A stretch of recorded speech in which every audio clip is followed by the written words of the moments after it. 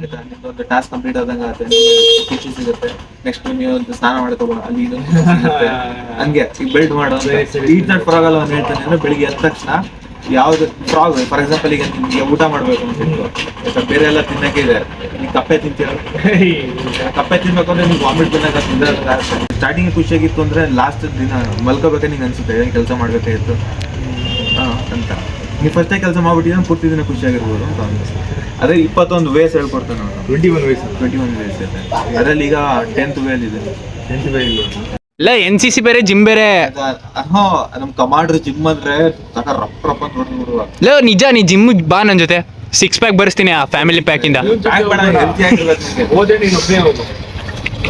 Flow ಬರ್ತಾ ಇಲ್ಲ. For example ಈಗ ನೋಡು, ನಾಳೆ ಬರೀ ಮೆಡಿಕಲ್ ಸ್ಟೋರ್ ಹೋಗ್ಬೇಕು ಅಂತಂದ್ರೆ 6 ಗಂಟೆಗೆ ಇದ್ರೆ ಸಾಕು. ನಾಳೆ ದೇವಸ್ಥಾನಕ್ಕೆ ಹೋಗ್ಬಿಟ್ಟು ಹೋಗೋಣ ಅನ್ಕೊಂಡಿದ್ದೀನಿ. ಮತ್ತಿದ್ದಾಳೇಶ್ವರ 5 ಗಂಟೆ ಲೋಫರ್ಸ್ ನನ್ನ ಎಲ್ಲೂ ಕರೆಯೋದೇ ಇಲ್ಲ ನೀವು. ನಮ್ಮ ಅಮ್ಮ ಬಂದೈತೆ ದೇವಸ್ಥಾನಕ್ಕೆ.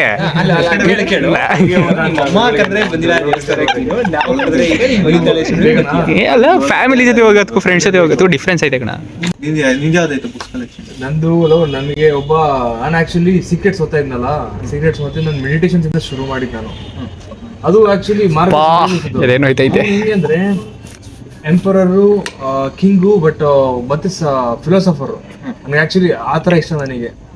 ಸೈಲೆಂಟ್ ಕೇಳಿಸ್ಕೊತಾ ಇದ್ದೀನಿ, ಸೈಲೆಂಟ್ ಕೇಳಿಸ್ಕೊತಾ ಇದ್ದೀನಿ.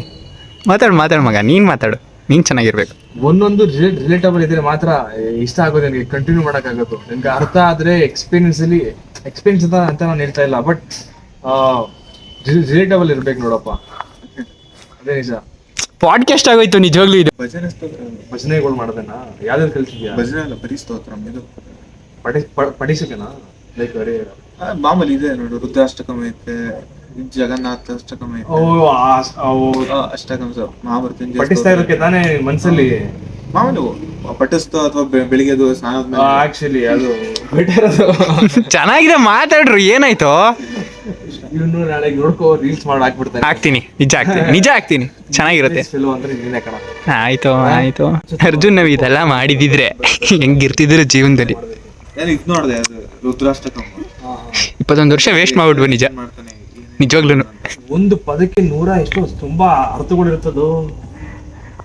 ಅದಕ್ಕೆ ಒಬ್ಬರು ಹೋದ್ರು ಒಂದೊಂದರ ಅರ್ಥ ಆಗುತ್ತೆ. ಈಗ ನಿನ್ ಮನ್ಸು ಬೇರೆ, ನನ್ ಮನ್ಸು ಬೇರೆ, ನಮ್ಮ ಮನ್ಸು ಪ್ರಕಾರ ಅರ್ಥ ಆಗುತ್ತೆ. Perception, nice one. Perspectives, persona 3 piece ಬರ್ತೀನಿ ನಾನು.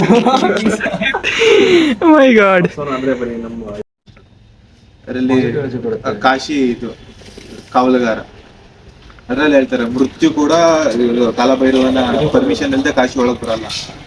ಕಾಶಿ ಒಳಗೆ ಎಲ್ಲ ಸಹಾಯಕ ಹೋಗೋದು, ಅಸ್ಥಿ ಬಿಡೋದಕ್ಕೆ, ಇದ್ ಮಾಡೋದಕ್ಕೆ ಅಂತ. ಅಲ್ಲಿ ಬಿಟ್ರೆ ಮೋಕ್ಷ ಸಿಗುತ್ತೆ ಅಂತ ಅವ್ರಿಗೆ. ಅದ್ರಲ್ಲಿ ಡೈಲಿ ಕಾಲಭೈರವ ಅಷ್ಟಕಂ ಹೇಳ್ತಿ ಅಂತ ನಿಂಗೆ ಭಯ ಎಲ್ಲ ಹೋಗುತ್ತೆ, ಕೋಪ ಭಯ ಎಲ್ಲ ಹೋಗುತ್ತೆ. ಲೈನ್ ಚೆನ್ನಾಗೈತೆ ಅದು. ಕಾಲಭೈರವ ಅಷ್ಟಕಂ ಅಲ್ಲಿ ಅದೇ ಯಾವ್ದು ಬರುತ್ತೆ, ನಾನು ಕೇಳಿದ್ದೀನಿ, ನೆನಪಾಗ್ತಿಲ್ಲ. ಆದ್ರೆ ಹೇಳ ಇರ್ಲಿ, ಗೊತ್ತು ಹೇಳ. ಲಗ್ನಕಂ ನಿತ್ಯ ದ್ವಿತೀಯ ನಿಷ್ಠ ದೈವತಂ ನಿರಂಜನಂ ಮೃತ್ಯು ದರ್ಪನಾಶನಂ ಕಾಲದಂತ ಮೋಕ್ಷನಂ ಕಾಶಿಕಾಪುರಾದಿನಾಥ ಕಾಲಭೈರವ.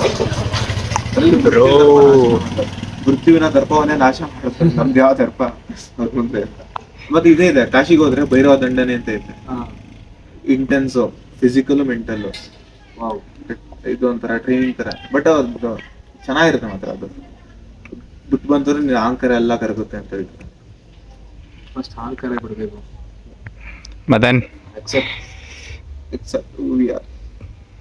ಚೇಂಜ್ ಆಗಿಬೇಕಂತ ಅಕ್ಸೆಪ್ಟ್ ಮಾಡ್ಲೇಬೇಕು. ಇದು ನನ್ಗನ್ಸಿದ್ದು. ನೋಡ್ಬೇಕು, ಗಣೇಶ ಚತುರ್ಥಿಗೆ ಊರ್ಗ್ ಹೋಗ್ತೀನಲ್ಲ, ಉಡುಪಿ ಹುಡುಗ. ಉಡುಪಿ ಮಾಮೂಲಿ ದೇವಸ್ಥಾನ ಇದೆ, ಪೂಜೆಗೆ ಹೋಗ್ತೀನಿ. ಕೃಷ್ಣ ದೇವಸ್ಥಾನ ಇಲ್ಲ, ಗಣೇಶ ಹಬ್ಬ ಯಾರು ಕೃಷ್ಣನ್ ದೇವಸ್ಥಾನಕ್ಕೆ ಹೋಯ್ತಾರಲ್ಲ. ಸ್ಟಿಕ್ಕರ್ಸ್ ತಂದು ಕೊಡ್ತಿದ್ನಲ್ಲ ಎಲ್ರಿಗೂ. ಹಂಗೇನ್ ಗೊತ್ತಲ್ಲ ಗಣೇಶ ದೇವಸ್ಥಾನ ಸ್ಟಿಕ್ಕರ್ ತಂದು ಕೊಡ್ತಿದ್ನಲ್ಲ, ಆನೆಗುಡ್ಡೆ ಗಣಪತಿ ಅಂತ. ನಾವು ಮರ್ತೋಗಿದೀವಿ. ಸ್ಕೂಲಲ್ಲಿ ಕೊಡ್ತಿದ್ದ ನಿಜ ಕೊಡ್ತಿದ್ದ. ನಮ್ ಸೆಕ್ಷನ್ ಅವನು, ನಿಮ್ ಸೆಕ್ಷನ್. ಚೆನ್ನಾಗಿದೆ. ಮದನ್ಗೆ ಈ ತರ ಫ್ರೆಂಡ್ಸ್ ಸಿಕ್ಬಿಡ್ಬೇಕಣ್ಣ.